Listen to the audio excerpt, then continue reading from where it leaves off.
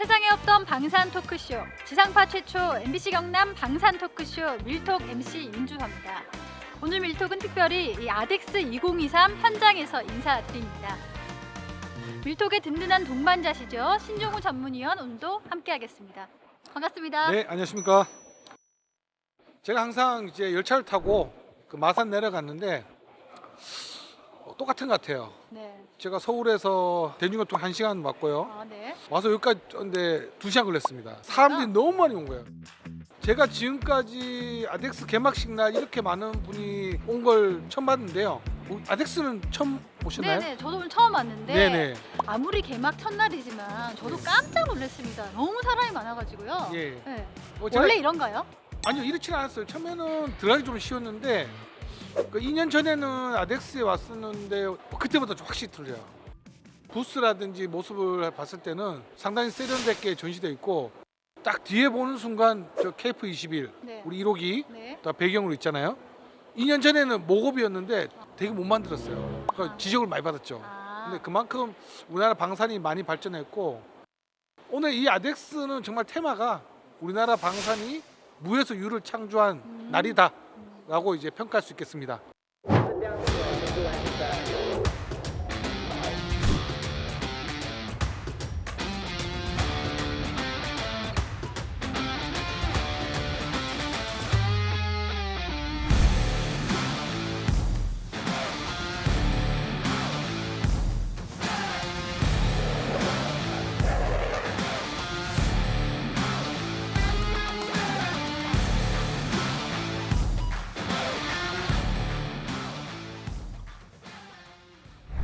앞으로 좀 더 개발이 좀 진행이 돼야 됩니다. 자, 바로 예. 옆에 보이는 게 네. 드디어 KF21 예, 보람입니다. 예, KF21이죠. 네. CJ 6호기네요. 이시6호기 아, 6호기. 복자형이죠. 아. 예. KF21을 음. 이제 뭐 조종사들이 타게 되면 이제 훈련 목적으로 쓰고 다음에 무장을 좀 많이 되게 되면은 이제 물론 조종사 한 명이 그 화기 조작까지는 감당이 어려운 좀 미션이 좀 부여되면 맞아. 이 화기 간제 역할까지 하는 건데 우리가 그 4.5세대 전투기 기본이라고 쓰는 그 IRST를 앞에 보면 저 가려놓은 거예요. 이렇게. 그래요. 예, 예. 그 다음에 바로 옆에 보이는 게 그렇죠. 우리나라 FA50. FA50. 예, 예. 경공급기. FA50. 폴란드에서 봤던. 예, FA50입니다. 폴란드에 봤던. 예. 자꾸 보니까 정두로. 정두로. 예. 여기 보니까 이제 폴란드도 다양한 국가에 수출하고 있다. 예, 그렇죠. 하고 있다고 돼 예, 있죠. 예. 그렇습니다. 이 앞에가 주요 우리의 국산 무기들. 그렇죠, 그렇죠. 앞에 전진 배치한 것 같습니다. 그냥 예. 오른쪽에 보이는 게 저게 최강의 예, 예. F22 랩터. 랩터. 야, 정말 오래된 배기도 이렇게 잘 만들 수 있나요? 아직까지 못 따라오고 있잖아요. 그렇죠. 이 몇 네. 년도에 처음 생산한 거죠? 인터넷 10년, 네이버, 20년. 네이버 찾아봐야 되는데. 오래됐죠. 이게 세계 최강이라고 하는 이유가 뭐죠? 스텔스 기능 때문일까요? 아니면 뭐... 스텔스 기능도 뿐만 아니라 이제 공중전 능력 그리고 뭐 그 속도 그리고 항전 장비들 자, 그러는 사이에 저희 눈앞에 음. 보이는 게 바로 뭐 아파치 공격헬기입니다. 자, 아파치 공격헬기. 육군에서 운영하는 거죠. 예. 야, 이거 육군에 예. 육군에서 사용했는데 예, 예. 예. 이게 우리나라에 몇 대가 있냐? 예. 36대. 36대. 그렇습니다. 예. 그다음에 주한 미군이 보유하고 있는 게 약 음. 60여 대. 아유, 어떻게 외웠어? 우리 옆에 계시는 우리 장군님께서 말씀해 주셨습니다. 아, 그래요? 어제 미디어데이 때. 예. 자, 그랬고요. 예. 저기 연탕처럼 생긴 거 저게 뭐 요게 이게 2.75인치 로켓. 로켓 예, 예. 2.75인치 로켓이고 계시고 옆에 보면 헬파이어 미사일. 헬파이어. 예, 예. 요게 처음 공개된 것 같은데? 요게 네. 이제 이번에 처음 보이는 거. 네, 네, 맞아요. 그거 제 거예요. K808에다가 그렇죠. 30mm 포탑 같은데? 30mm 포탑. 네, 30mm 포탑에다가 RCWX. RCWX. 예, 예. 첩자는 이제 총이고. 되게 크다. 엄청 커요. 그리고 이게 예. 이게 이제 물에 부하를 하면 보안 능력 되죠? 하늘방에 내려오면서 예. 그러니까. 50cm가 올라가는데. 예, 예. 그러니까. 맞죠? 진짜 어제 미디어데이 때 들었어. 그렇죠. 이 808 차량량 이게 방어 능력도 뛰어나고 엄청 이제 빠르죠 이게. 그렇죠. 이제 험지에도 이제 그렇죠. 뭐 방어능 보면은 기본적으로 이게 방탄판이에요. 근데 그렇죠. 이게 뭐 대전차 미사일 맞거나 그러지는 못하고 항상 이제 보병과 같이 전투를 해야 되니까. 자, 오늘 이 부스 부스에서 전시를 한다고 그랬는데 어떤 아주 오늘 중요한 소식입니다. F15 전투기가 4.5세대로 업그레이드가 됩니다. 이번에 4.5세대. 예. 업그레이드된 게 뭐냐면 지금 여러분 처음으로 공개하는 건데 이게 바로 F15 EX 버전 EX 버전. 이글 2의 조종석의 모습입니다. 계기판. 예. F15가 가지고 있는 가장 큰 특징이 뭡니까? 바로 네. 10톤에 가까운 무장력이에요. 무장력. 2차 세계대전 때 폭격기보다 무장을 더 많이 할 수 있는 게 F15 전투기인데 근데 이 전투기가 우리나라 공군 전투기가 이제 이렇게 업그레이드 됩니다. 4.5세대로. 와. 예. 여기에 뭐냐면 A사 레이더가 탑재가 됩니다. 에이사 레이더. 예, 미국의 A사 레이더가 탑재되기 때문에 우리 A사 레이더 알죠. 옛날 조종사들 데려오면 뭐라 그러냐?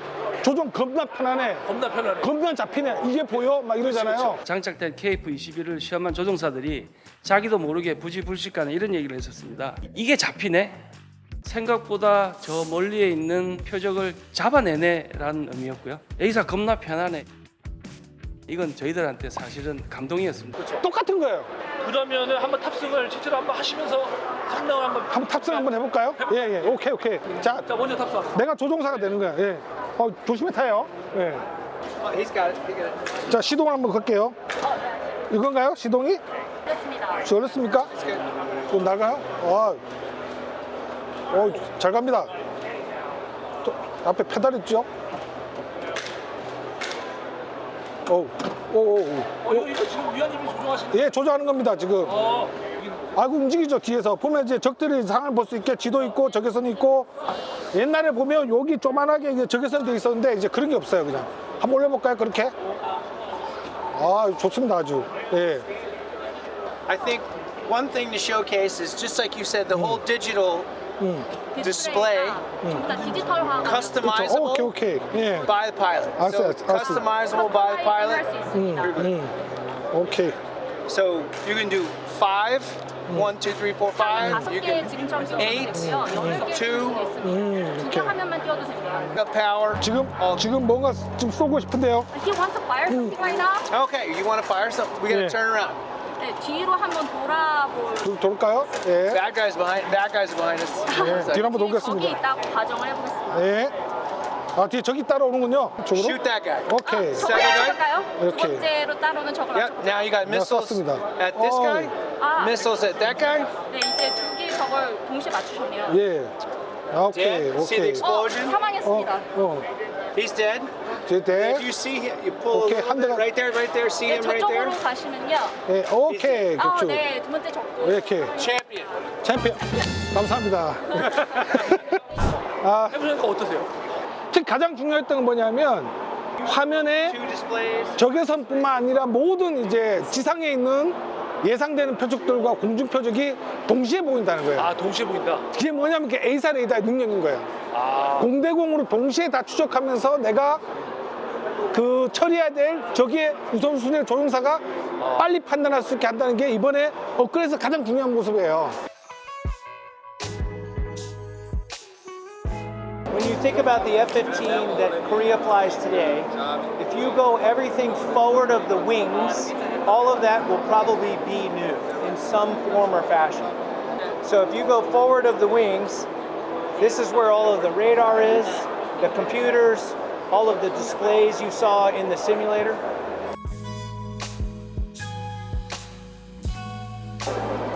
I'm not familiar with those numbers.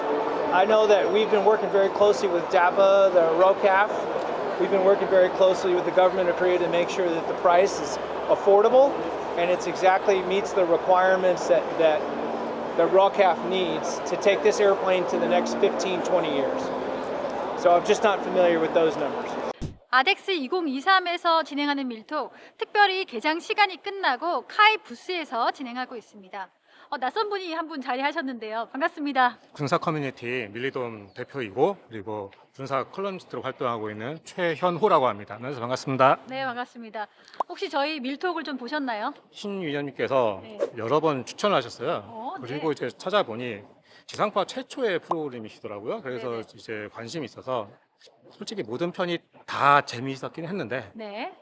그 중에서 역시 신 의원님의 입담이 가장 돋보였던 폴란드 편이 제 기억에 가장 많이 남습니다. 예, 이거 미국만 봐도 다 입증되는 거죠. 뭐 우리가 뭐 개주전차 아무리 얘기해도 이 중간에 또 갖다 놨죠. 중간에 구석이 아니에요. 우리 최현호 대표님은 밀리돔이라는 사이트를 운영하고 계신데 SNS상에 떠도는 약간 얘기들이 아니라 정말 외신이라든지 뭐 군사 전문지에 나온 것들을 정말 잘 정리를 해주시고 정말 저는 밀리돔에서 많은 정보를 얻고 있습니다. 대표님도 오늘 이렇게 아덱스 개막일 오셔가지고 쭉 둘러보셨을 텐데 특별히 눈에 띄는 게 있었던가요? 최근 트렌드가 유인과 무인 복합체 복합 시스템이잖아요. 그래서 이제 그 외에는 이제 아무래도 제가 컬럼을 쓰다 보니까 컬럼 주제를 찾아야 되는데 그러니까 제일 재밌는 건 싸움 구경이거든요. 네. 그래서 이제 도입 사업 경쟁 기용들 한 몇 가지를 지금 이제 지켜봤습니다. 많은 변수가 생겨나고 있는 요즘입니다. 특히나 이 길어지고 있는 우러 전쟁 끝내야 한다는 움직임도 나타나고 있죠. 우러 전쟁이 발발한 지 2년 됐는데 이 우러 전쟁이 최초에 발발했을 때는 우리나라 한반도 안보에 영향을 미칠 것인가 그렇게 생각을 못했을 거예요. 근데 지금 북한이 러시아에 지금 수십만 발의 탄약을 제공하고 있고 그와 반대급부로 이제 러시아가 군사 기술 또는 대북 제재로 제한되었던 품목들을 지원해 주려는 이제 움직임을 보이고 있어요. 한반도 안보 환경에 좀 심각한 영향을 미치고 있는데 우러 전쟁이 끝날 기미는 없습니다. 지금. 많은 분들이 뭐 3년 정도라고 보는데 지금 이제 1년 정도 남았는데 우리가 생각하는 전쟁의 어떤 종결이라는 모습은 있을 것 같지는 않고 계속 전선에서 소규모 전투가 좀 계속 일어날 것 같습니다. 지전이 일어날 예, 것이다. 그렇습니다. 이 시기에 우크라이나로 갈 K방산이 있습니다. 지난 7월에 윤석열 대통령이 우크라이나를 방문했을 때 이 재건 사업을 지원하겠다 이렇게 얘기를 해서 한 차례 주목을 받기도 했었는데요. 유럽으로 갈 새로운 K방산 리스트를 점검해 보겠습니다.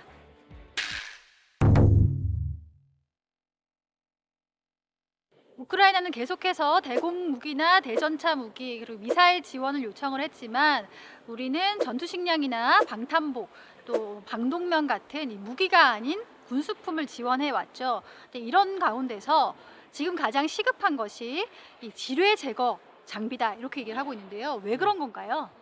아무래도 지뢰는 전 후방을 가리지 않습니다. 러시아가 침공 초기에 점령했던 곳에서 물러나면서 수많은 지뢰를 깔아놨고 그 다음으로 위협적인 게 불발탄입니다. 이런 것들을 제거를 하려면 전문적인 장비가 필요한데 지금 유럽에서는 생산량이 많이 달리고 있고 그리고 실제로 또 파괴도 많이 되고 있기 때문에 당장 이제 지원이 필요한 입장인데 우리나라 입장에서는 직접적인 살상 무기가 아니기 때문에 충분히 인도주의적 발상에서 지원할 수 있는 무기가 지뢰 제거 장비라고 생각합니다. 워낙 이제 러시아가 이제 점령지를 철수하면서 워낙 그 수많은 지뢰를 지금 깔아놓고 후퇴하는 바람에 러시아도 제대로 공격을 못 하고 있고 우크라이나도 제대로 반격을 못 해요. 그 지뢰 때문에. 네. 그 우크라이나 상황이 지금 그런 상황입니다. 네, 그렇다면 우리 군은 어떤 그 지뢰 제거 장비들을 좀 갖고 있습니까? 우리도 그 지뢰 제거 장비가 좀 많이 있죠. 예를 들어서 뭐 선형 폭약이라 하는 이제 뭐 포민스 2 미클릭 보병들이 휴대하면서 이제 도로에 설치하면서 이제 하는 것이고 그 미클릭은 이제 차량에 뭐 견인식으로 갖기도 하고 미국 같은 경우는 뭐 전차 위에 뭐 탑재도 하는 그런 선형 타격이에요. 선형. 그뿐만 아니라 뭐 무인 그 원격화 지뢰 제거 장비까지 있는데요. 각각의 장비들을 좀 더 자세히 살펴볼까요? 먼저 그 현대로템이 개발한 K600 장애물 개척 전차라고 있던데 이게 어떤 장비인지 소개 좀 부탁드리겠습니다. 현대로템이 개발한 K600은 코뿔소라고 불리거든요. 이 장비는 K1A1 전차를 기반으로 하고 있습니다. 전차를 기반으로 하고 있기 때문에 튼튼한 방어력 그리고 충분한 기동력을 갖고 있기 때문에 어떤 위험한 곳에서도 험한 곳에서도 작전할 수 있도록 개발되었습니다. 자, 그렇다면 이게 우리 군에도 지금 도입이 돼 있겠네요. 예, 그렇죠. 그러니까 세계 수준의 공병 전차입니다. 지난번 윤석열 대통령께서 우크라이나 현지를 방문했을 때 뭐 지뢰로 해서 고통받는 아이들 모습을 보시고 아마 지원을 결심하셨던 것 같아요. 그래서 지금 2대가 좀 지원됩니다. 2대가. 진짜 이거 가지고 무슨 뭐 얘기하시는 분들이 많아요. 뭐 아니 전차인데 이거는 우리가 우크라이나에 전투 장비 지원해 준 거 아니냐. 물론 약간 이 전투 장비와 그 인도적 장비하고 개념이 좀 모하긴 해요. 근데 그 일본 같은 경우도 보면 뭐 소형 전술 차량 있잖아요. 그 100대를 지원했어요. 근데 아무 얘기도 없어요. 그것도 전투 장비거든요. 그러니까 우리가 뭐 기관총을 달아서 보내준 것도 아니고 뭐 이런 이제 우크라이나에 지원되는 게에 대해서는 정말 인도적 지원 차원이니까 이런 공병전차가 지원하는 거에 대해서 이게 전투 장비이 아니냐 그런 오해는 없었으면 합니다. 또 하나 시스템이 개발한 또 PRS-20K라는 장비도 있죠. 이건 또 어떤 건가요? 보병이 직접 운영할 수 있는 휴대용 장비입니다. 기존의 지뢰 탐지기는 이제 한마디로 금속을 탐지하는 거죠. 그러다 보니 비금속 지뢰, 대표적으로 북한이 많이 운영하고 있는 목함 지뢰 같은 게 있습니다. 나무로 만든 지뢰거든요. 그러다 보니 구식 지뢰 탐지기로는 좀 찾기 어려운 면이 있었거든요. 그런데 PRS-20K는 금속 탐지기와 함께 지표 투과 레이더라는 신기술을 적용했기 때문에 어느 깊이에 의심 물체가 있다는 걸 볼 수 있기 때문에 이제 좀 더 다양한 위험물들을 탐지하고 제거할 수 있도록 도와주는 장비입니다. 그렇죠. 이제 우리나라도 보면은 지뢰 자유로운 나라가 아니잖아요. 저도 이제 전방에서 소대장도 해보고 전방 이제 GOP 담당하는 이제 사단에서 근무해봤는데 항상 다니면 이제 지뢰지대 편말을 많이 봤어요. 그만큼 우리가 지뢰를 잘 제거해야겠다고 만든 게 하나 시스템의 휴대용 이제 지뢰 제거 탐지기입니다. 이게 기존하고 틀려요. 세계 최초예요. 네. 그래서 목함 지뢰라든지 뭐 그런 이제 철 지뢰뿐만 아니라 그 아이디 이런 것도 탐지할 수가 있죠. 그러니까 우리가 이 지뢰에 대해서는 뭐 성능이 좋은데 이제 우크라이나 갔으니까 우크라이나 사람 써보고 또 평가가 좋으면 이게 또 수출될 가능성이 높죠. 아직까지 수출은 안 된 거네요. 수출을 하겠다는 나라는 많아요. 여름철 해수욕장에 동전 찾으다 하시는 분 있잖아요. 네. 귀에 뭐 꽂고 이렇게 네네네. 이게 없어요. 이게 필요 없다는 거예요. 이게 딱 병사가 모니터로 보면 돼요. 이렇게 역시 A사 레이더를 만드니까 이런 것까지도 만드는구나. 라는 생각. 물론 뭐 죄송합니다. 제가 저한테 죄송한 건 없죠. 너무 나갔나? A사 레이더. 그리고 또 하나 있습니다. 또 국내 최초 민군 기술협력사업으로 만든 다목적 무인 차량 아리온 스매시라고 있죠. 이건 또 어떤 건지 설명을 좀 부탁드릴게요. 소형 무인 자동차인데요. 국내 최초의 민군 합작 개발 프로그램에 의해서 나온 겁니다. 지금 나온 형태는 이제 초기 형태랑 상당히 많이 달라졌어요. 이제 그만큼 이제 개발을 진행하고 피드백을 받으면서 지금의 형태로 진화해 왔는데 이게 성능이 상당히 뛰어납니다. 무인 자동차라 하면 흔히들 뭐 리모트 컨트롤 이런 걸 생각하시는데 이 아리온 SMS는 한마디로 인공지능입니다. 한마디로 무인 주행, 그러니까 자율 주행 그런 기능까지 갖고 있고요. 물론 이제 약 1km 정도 떨어진 곳에서도 리모트 컨트롤로 조용할 수 있고 그리고 이제 정해진 경로를 따라서 자율 주행을 할 수도 있어요. 근데 요즘엔 전자전이 워낙에 강하지 않습니까? 한마디로 많아졌는데 그렇게 되면 GPS를 못 찾거든요. 그럴 때는 자기가 원래 출발했던 곳을 기억을 해서 원점 복귀하는 기능까지 갖고 있습니다. 그리고 이제 더 큰 특징은 뭐냐? 한마디로 차량이기 때문에 많은 걸 탑재할 수가 있어요. 뭐 카메라, 기관총, 심지어 부상병까지 실어서 이제 안전하게 의무 수송할 수 있는 장비입니다. 마침 미 국방부가 해외 이제 비교 장비들을 이제 좀 테스트해보는 그런 프로그램들이 있거든요. FCT? 네. 예, 맞습니다. 오, 잘하시네요. 프로그램에 선정돼서 작년에는 미 육군에서 시험을 받았고 그리고 이제 올해 말에는 미 해병대가 하와이에서 시험할 예정이라고 알려졌습니다. 그만큼 이제 국내외에서 인정받는 아주 우수한 장비라고 할 수 있습니다. 우크라이나에 이어서 중동에서도 전쟁의 공포가 확산이 되고 있습니다. 이스라엘과 하마스 간 전쟁으로 이스라엘의 아이언돔에 허점이 노출이 됐죠. 그러면서 K 미사일 무기 체계도 다시 한번 점검해야 되는 것 아니냐 이런 말들이 나오고 있습니다. 어떻게 보십니까? 저는 이번에 뭐 아이언돔이 뚫렸다고 생각하지는 않습니다.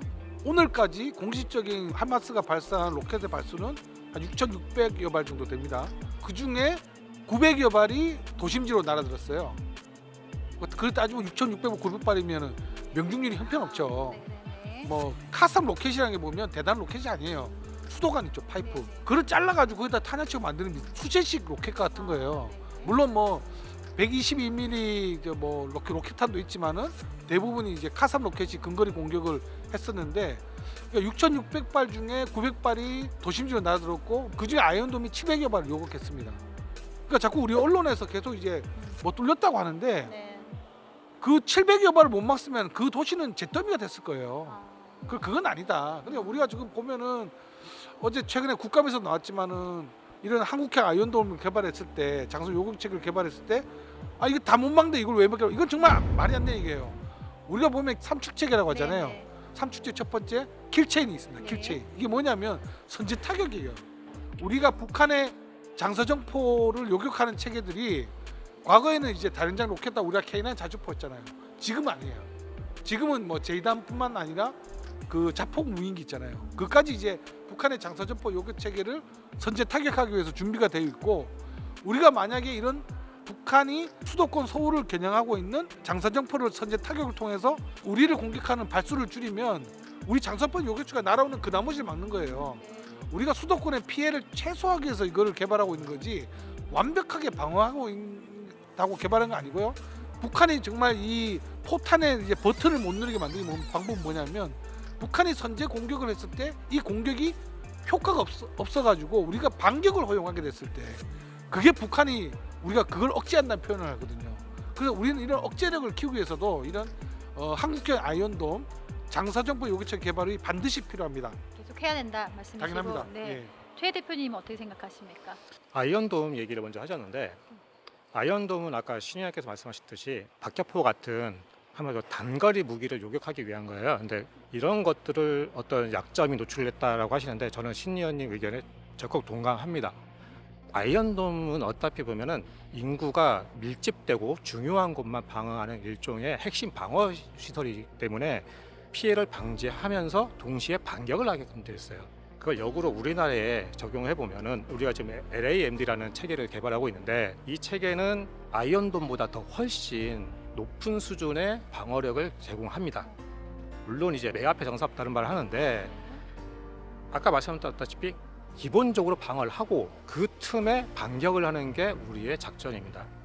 뭐 솔직히 선빵이 제일 좋죠. 근데 우리가 국제법상 어떤 그런, 그리고 어떤 여론상의 그런 불리한 면을 무릅쓰고 선제 공격한다는 건 쉽지는 않습니다. 그러면은 북한의 선제 공격을 어떻게 막을 것이냐? 솔직히 모든 포탄이라든지 장사포 막을 수는 없어요. 그쪽이 훨씬 많이 갖고 있으니까. 원래 방어는 최소한 적이 한 발 쏠 때 두 발 쏘는 게 기본 원칙이거든요. 그러면 북한이 10,000발 쏠 때 우리가 20,000발 갖고 있어야 될까요? 그거는 말씀하셨다시피 인구가 밀집하지 않은 곳에 떨어지는 것까지 요격할 필요는 없다는 얘기거든요. 그래서 핵심 지역을 방어하고 그 사이에 반격을 하면 되는 겁니다. 그래서 삼축 체계가 강조되는 건데, 요즘에 일부 언론들이 너무 조금 과장한다 그럴까요? 위협은 명확하게 분석을 하고 대응에 대한 분석도 명확하게 하는 것이 맞는 역할이라고 생각합니다. 네. 저희가 아덱스에 온 만큼 이 한국 무기에 대한 이야기 빼놓을 수가 없는데요. 어느 때보다 우리 군이 도입할 한국 무기 자산에 대한 관심이 높은 시점입니다. 자, 어떤 것들이 있을까요? 일단 조기 경보기 엄청 많아요. 네. 좀 사브도 와 있고, 네. 그 보잉도 와 있고, S3 해리스도 와 있고요.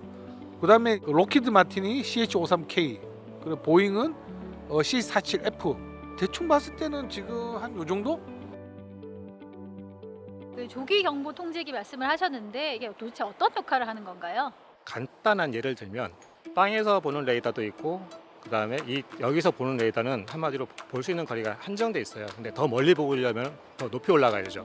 그건 하늘로 올라가는 게 방법이죠. 그래서 조기 경보 통제기는 비행기에 레이더를 달아서 더 멀리 보고 아군에게 좀 더 유리한 어떤 작전 상황을 만들어주기 위해서 조기 경보와 그리고 항공기를 통제한다고 해서 조기 경보 통제기라 불립니다. 네, 지금 우리 공군에서 운용하고 있는 이 네. 공중 조기 경보 통제기가 넉 대로 알고 네, 있는데 맞습니다. 추가로 더 도입을 한다고 하죠. 네, 맞습니다. 네, 그 사업과 관련해서 지금 마쿠에서 경쟁이 한창이죠. 지금까지 미디어를 통해서 알려진 바로는 보잉, 그리고 스웨덴의 사브, 그리고 미국의 L3 해리스가 지금 참여 의사를 보인 것으로 알려져 있습니다. 조금 그 기종들에 대해서 부연 설명 좀 해주신다면요. 일단 보잉이 지금 제안하고 있는 기종은 우리 공군이 지금 기존에 운영하고 있는 피스아이라 불리는 기종인데, 이 기종의 발전형입니다. 얼마 전에 미 공군이 조기 경보 통제기를 이제 교체하는 사업을 시작을 했어요. 그러면서 지금 우리 공군의 피스아이와 비슷한 형식명은 E7이라 불리는데, 이 기체를 사업을 하기 위한 계약을 시작해서 했습니다. 이제 그러다 보니 아무래도 이제 기존의 호주, 튀르키예, 우리나라 3개국밖에 없던 기종이 최근엔 이제 영국도 도입을 하고, 그 이후에 미국 공군이 도입을 하면서 도입국이 확 늘어났죠. 그러면서 이제 한마디로 보잉이 규모의 경제가 가능해졌습니다. 그런 덕분에 가격도 많이 좀 낮췄다라고는 알려졌는데 얼마나 낮췄는지는 뭐 저희가 알 수는 없고요. 사브 같은 경우는 이제 지금 우리나라에 제한하고 있는 기종이 글로벌 아이라고 불리는 기종인데 국제 고객은 현재까지는 아랍에미리트 한 군데고 스웨덴도 기존에 있는 조기 공무 통제기가 좀 오래돼서 교체를 해야 돼요. 그래서 최근에 글로벌 아이로 계약을 했습니다. 이제 현재 지금까지 보면 운용 및 운용 계획국이 2개 나라인데 이 글로벌 아이가 조금 독특한 기체예요. 조기 경보 통제기지만 항공기 바닥에 해상 탐색 레이더를 달아서 한마디로 공중 조기 경보 통제기도 되고 해상 초계기도 된다라고 홍보를 했는데 여러 가지를 섞으면 우리나라 입장에서는 솔직히 조기 경보 통제기를 원하는데 해상 초계기까지 필요 없거든요. 이미 해상 초계기는 미국에서 들어오는 P8 포세이돈이라고 있습니다. 그런 게 있기 때문에 우리는 조기 경보 통제기를 원한다 해서 일부 이제 해상 초계기에 있는 어떤 레이더 같은 것들을 이제 바꾸고 그리고 이게 좀 보면은 360도 탐색이 안 됐어요. 그래서 360도 탐색을 위해서 이제 추가적인 레이더를 이제 달고 한다라고 지금 알려져 있습니다. 그리고 마지막으로 미국의 L3 해리스는 글로벌 6500이라는 비즈니스 제트기가 있는데 이 제트기에 이스라엘 엘타사라고 있습니다. 지금 이스라엘이 운영하고 있는 G550CAW기 레이더를 그 기체에 통합하기 위한 그런 계약을 맺었는데 아직까지 정확한 이름은 뭐 잘 모르겠어요. 어떻게 보면 이제 경쟁이 기존에 이미 운영되고 있는 것 그리고 새로 이제 개발되는 것 하나인데 사브의 글로벌 아이와 L3 해리스가 제안하는 이제 새로운 기체는 기반이 같아요. 그렇다고 해서 형상은 같느냐? 형상은 전혀 틀립니다. 사브의 특징은 기체 위에 레이더가 달려 있어요. 그러니까 보잉처럼 이제 동체 위에 레이더는 올라가지만 L3 해리스 같은 경우는 동체 측면에 레이더가 붙는 형태로 됩니다. 그러니까 이게 어떤 것이 유리하다 뭐 하는 거는 뭐 우리나라 정부 쪽에서 잘 알아서 결정하겠죠. 네. 두 분이 선정위원이시라면 어디다 표를 던지고 싶습니까? 제가 먼저 말씀드리면 무기는 가장 성능도 중요하면 뭐가 또 중요하죠? 가성비. 돈이 중요하잖아요. 네. 근데 보잉이 최초에 우리가 2737 P4를 도입했을 때 도입 국가가 얼마 안 됐어요. 처음에는 이제 이거 할 때 가격이 좀 비쌌죠. 원래 무기라는 거는 많이 생산할수록 가격이 떨어진다고 제가 말씀을 드린 적이 있을 것 같은데 근데 이번에 가격 경쟁이 됐어요. 우리 대표님 말씀을 잘 주셨는데 미 공군이 쓰기로 한 거예요. 이제 보잉이 그동안 좀 약점이었던 가격 경쟁력을 가졌다는 걸 봐서는 저는 보잉에 한 표를 걸겠습니다. 저는 가격적인 메리트보다는요. 우리 군이 기존에 운영하고 있는 장비와의 호환성 및 어떤 정비 편의 그런 걸 조금 강조하고 싶어요. 확실히 뭐 새로운 장비가 들어오면 좋긴 한데 새로운 장비가 들어오면 정비 시스템부터 시작해서 부품 유지 한마디로 이제 기체를 AS를 받을 수밖에 없잖아요. 그런 라인이 복잡해집니다. 그런 면에서는 제 개인적인 생각입니다. 이거 어디까지나 제 개인적입니다. 개인적인 생각에서는 기존 장비의 개량형이 제일 중요하다고 봅니다. 하지만 제일 중요한 게 뭐냐면 공군의 생각이겠죠. 공군의 생각을 따르겠습니다. 이상입니다. 나중 결과를 한번 지켜보겠습니다. 자, 다음은 헬기 얘기로 넘어가 볼까요? 저희가 사실 밀톡에서 이 헬기를 다룬 적이 없네요. 그러고 보니까. 네, 우리 군이 보유한 헬기 어떤 것들이 있을까요? 한마디로 이제 세부적으로 보면 아주 많습니다. 뭉뚱그려서 말씀드리면 UH-60이라 불리는 블랙호크 그리고 이제 CH-47 치누크라 불리는 기종이 있는데요. 그리고 이제 국산 헬기 수리온 뭐 대표적으로 이제 그 정도가 있고 그다음에 이제 해군에서 쓰고 있는 UH-1H 아니요 UH-1H는 솔직히 좀 이제 갔고요. 뭐더라? 와일드캣 와일드캣. 예, 와일드캣이라는 예. 대잠 헬기가 있습니다. 그리고 이제 마리논이라고 불리는 해병 상륙 헬기가 있습니다. 뭐 대표적으로는 뭐지 그 정도로 할 수 있는데 아무래도 이런 기종들은 오래되면 바꿔줘야 되잖아요. 그러니까 군이 요구하는 능력치가 점점점 상승합니다. 점점점 복잡한 헬기, 더 비싼 헬기. 그러다 보니 우리가 아직 잘 못 만드는 건 분명히 있어요. 그러다 보니 해외 도입 사업을 할 수밖에 없는데 지금 아까 말씀하셨던 장거리 수송 헬기라든지 그리고 대형 공격 헬기라든지 그런 사업들이 유지되고 있는 상황입니다. 대형 공격 헬기 사업은 규모가 어느 정도 되나요? 현재 지금 1차 지금 도입된 36대와 같은 규모인 걸로 알고 있긴 합니다. 근데 아무래도 이제 대형이다 보니 이제 뭐 아주 어마어마하게 아주 큰 걸 생각하시는데 현재 지금 유력한 기종은 미국 보잉사의 AH-64 이 아파치 가디언이 있습니다. 근데 그런 헬기가 왜 대형이라 그러지 하시는데 대형이라는 뜻은 한마디로 이제 이륙 중량 그런 걸로 이제 구분하는 건데 솔직히 지금 해외에서도 아파치에 필적하는 대형 헬기가 별로 없어요. 이제 그나마 조금 더 이제 비슷한 것들로 따지면은 미국 해병대가 운용하고 있는 벨에서 생산하는 AH-1 줄루가 있긴 한데 뭐 그거는 뭐 아무래도 해병대 헬기고 그러다 보니 조금 뭐랄까 호환성이라든지 아니면 뭐 어떤 기존에 있는 헬기와의 어떤 운용성이라든지 그런 면이 있어서 고려는 안 되는 걸로 알고 있는데 뭐 잘 결정하시겠죠? 네.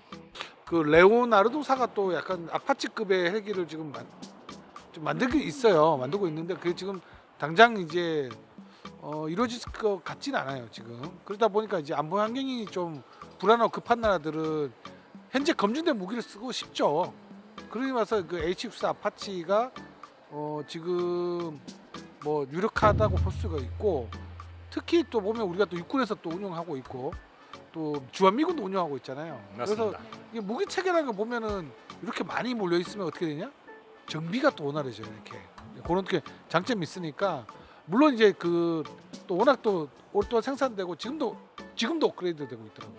기사로 보니까 그 정도로 이제 뭐 세계 최고의 공격 헬기인데 이제 이것도 보면은 미국도 보면은 뭐 또 사업하고 있잖아요. 또 차세대 또 헬기 사업. 차세대 예. 뭐 지금 현재 이제 FLRAA라고 불리는 사업인데 이 사업은 아직은 아파치 헬기까지 대체 사업은 명확하게 하진 않았어요. 그 대신에 블랙호크라는 이 수송 헬기를 대체하는 사업인데 기존 헬기보다 훨씬 더 많이 싣고 더 멀리 가되 연료 효율성은 훨씬 좋은 그런 기종을 했는데 얼마 전에 벨의 V280 벨러라는 기종이 최종 선정됐습니다. 이 기종은 기존의 헬리콥터처럼 동체 위에 로터가 있는 게 아니고요. 혹시 오스프리라고 혹시 아세요? 오스프리라고 미 해병대와 공군 등에서 운용하고 있는 틸트 로터라 불립니다. 틸트 아마도 이제 꺾는다라는 뜻인데 이륙할 때는 헬기처럼 이렇게 로터가 위로 올라가 있어요. 그런데 앞으로 이제 비행을 해야 될 때 이게 서서히 앞으로 움직입니다. 한마디로 회전익과 고정익을 결합한 일종의 뭐 하이브리드 방식 뭐 이런 식으로 볼 수 있는데 그러다 보니 아무래도 미국이 한번 개발을 하면은 다른 나라들도 개발할 수밖에 없거든요. 지금 유럽도 이제 미래형 중형 헬기 개발 프로젝트를 갖고 있고 우리 군도 지금 수리온에 이은 이제 차세대 중형 헬기 사업을 하려고 하고 있는데 아직 어떤 방식으로 갈지 결정되지는 않았습니다. 그러니까 아무래도 그 대신에 FLRA에서 결정된 V280을 많이 좀 참조하지 않을까라는 개인적인 생각이 살짝 있습니다. 자, 다음으로 특수작전용 대형 수송 헬기가 또 있는데요. 이것도 지금 도입 사업이 진행이 되고 있죠. 예, 그렇습니다. 이게 지금 뭐 두 개 기종으로 압축되고 있습니다. 그 로키드 마틴 시콜스키의 CH-53K 하고 보잉의 CH-47F 두 가지 기종인데요. 뭐 두 가지 기종은 다 이상 없어요.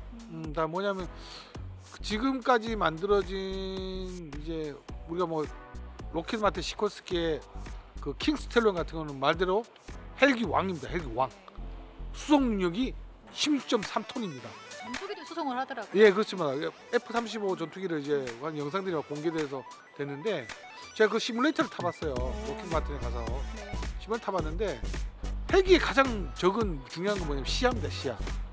헬기는 정말 그 시야가 나쁘면 날지를 못하는데 CH-53K가 먼지 막 드는데 가서 나올 때 조종사가 시야가 안 보이잖아요. 어떻게 빠져나오는지 아세요? 버튼 하나 누르면 돼요. 그러면 헬기 주위에 센서들이 알아서 작동해가지고 이제 시야가 나온 지역에 나오면 이제 조종사한테 다시 조종을 넘깁니다. 그 정도로 상당히 안전할 수밖에 없고 우리가 보면 이제 그 슈퍼 스텔레오죠. 슈퍼 스텔레오. 이게 킹 스텔레오 이름 바뀐 거잖아요. 이 개량형이 아니에요. 부품 호환되는 게 없습니다. 전혀 다른 헬기로 만들어졌고요. 이게 또 보면은 주로 운영하는 게 또 함상에서 이제 해병대 가지고 운영하다 보니까 이게 접힙니다 이렇게. 왜냐면 뭐 함정에서 주기를 하기 위해서는 이게 접어야 되는데 이거 접는 속도도 되게 빨라졌어요 이렇게. 전혀 다른 기체라고 생각하면 될 것 같고요. 그리고 뭐 CH-47F는 뭐 다 아시죠? 뭐 상당히 보면은 미군이 현재 운영 중인 이제 주력 헬기인데 이게 뭐 특수전 헬기로 개조된 게 있죠. 그 뭐 MH-47. 근데 우리가 그 미국은 특수전용 사양을 안 팝니다. 해외에 네. 팔질 않아요. 그래서 우리가 이 사업이 보면 대형 수송 헬기 사업인데 요게 이제 뭐 18대인가 도입 사업이 18대 정도 되는데 그 중에 일부가 공군 이제 CCT 탐색 구조대.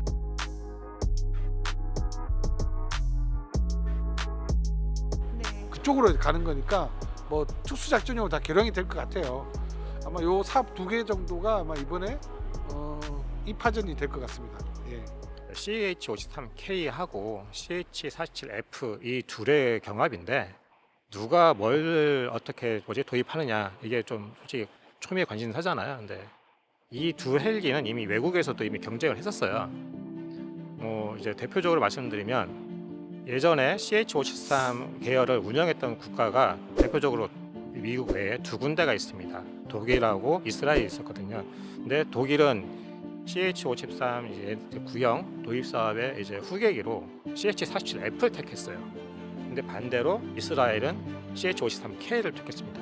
근데 어떻게 보면 이 서로 간의 요구 조건이 조금 달랐을 수도 있는데 우리 군도 아까 말씀하셨던 뭐 어떤 공군 특수 뭐 구조대 말씀하셨는데 실은 이미 CH-47이 F가 장거리 이제 수송 헬기로 1차로 이미 계약이 돼 있어요. 거기에 대해서 한마디로 2차 성격인데 네. 우리 공군이 CH-47에 참 아픈 기억이 한 번 있습니다. 개량을 잘 못했어요. 구형을 하면서. 그래서 주한미 육군이 이제 퇴역시키려는 기체들을 갖고 왔는데 오히려 그게 우리 군이 운영하던 것보다 더 좋아요. 그런 아이러니가 있는 거죠. 그랬는데 기체를 오랫동안 개량 안 하면요. 개량을 못 해요. 중간에 한 번씩 해줘야 이것들을 따라가는데 우리 기체는 그게 안 됐기 때문에 결국은 다 버리고 새로 도입하는 사업을 했었습니다. 근데 이거는 이제 뭐 국산이든 외산이든 다 마찬가지인데 꾸준히 개량을 해줘야 한다라는 어떤 교훈을 준 어떤 사건이죠. 근데 이제 다시 이제 도입 사업으로 넘어와서 뭐 이제 저는 이제 그 특수 이제 구조 그쪽에 조금 포커스를 말씀드리면 미국 같은 경우는 장거리 그 작전을 위해서 했을 때는 꼭 달리는 게 하나가 있습니다. 공중급유 봉이 달립니다.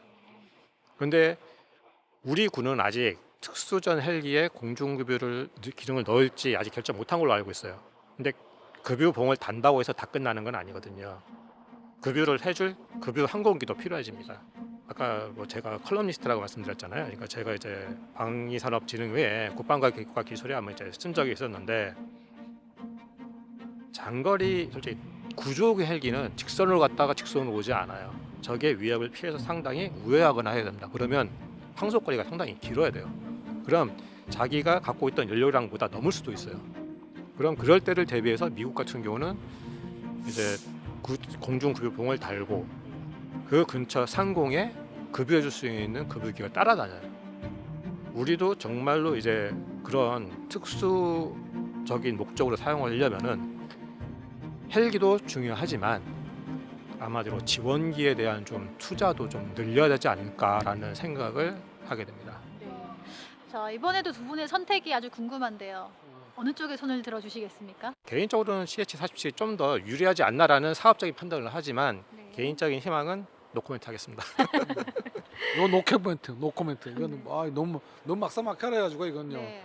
자, 오늘 최현호 대표님 이렇게 나오셔가지고 정말 깊이 있는 분석 잘 들었습니다. 출연해 보시니까 어떻습니까? 이런 대담 프로는 처음 나오는데요. 그 두 분 덕분에 좀 편안하게 방송한 것 같습니다. 오늘 불러주셔서 감사합니다. 네네. 숨가쁘게 달려온 밀톡 오늘이 10화입니다. 근데 아쉽게도 저희가 마지막 시간입니다. 1화부터 지금까지 이렇게 함께해준 우리 신정우 위원님 어떠셨습니까? 처음에 이제 그 MBC 경남에서 이 프로를 한다고 했을 때 이거 정말 조회수가 오르겠냐 좀 생각을 많이 했어요. 걱정을. 근데 간혹가다 조회수가 뭐 엄청나게 좀 올라가는 거 뭐 30만 내 뭐 올라가는 걸 보고 야 정말 MBC 경남이 그만큼 방산에 대해 애착이 좀 크구나 하는 생각을 좀 많이 들었어요. 물론 K 방산이 좀 쭉쭉 뻗어나갈수록 밀토크 프로그램이 좀 더 이제 발전했을 마음이 항상 있는데 뭐 18호는 너무 아쉽네요, 진짜. 시즌 2를 한다면 우리 신조국 위원님 함께 하시겠습니까? 글쎄요, 좀 생각 좀 해볼게요. 생각 좀 해볼게요. 이게 너무 이제 욕이 너무 많이 달려가지고 지금 댓글이 너무 많죠. 걱정스러워.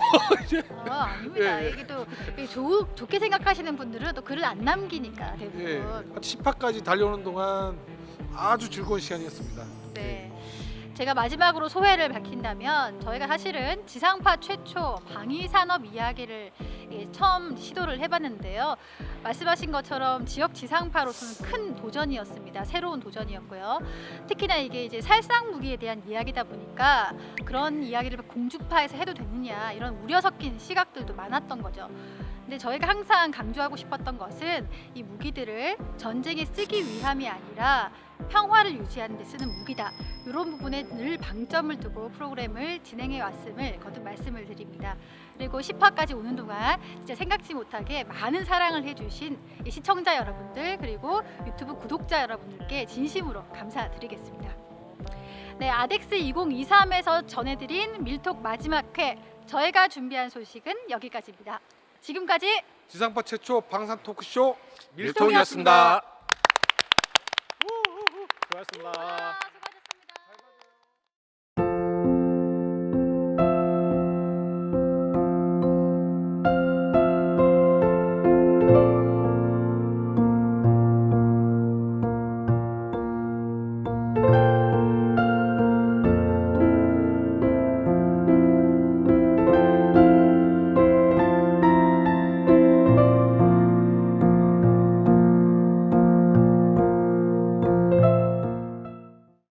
지금까지 지상파 최초 방산 토크쇼 밀통이었습니다.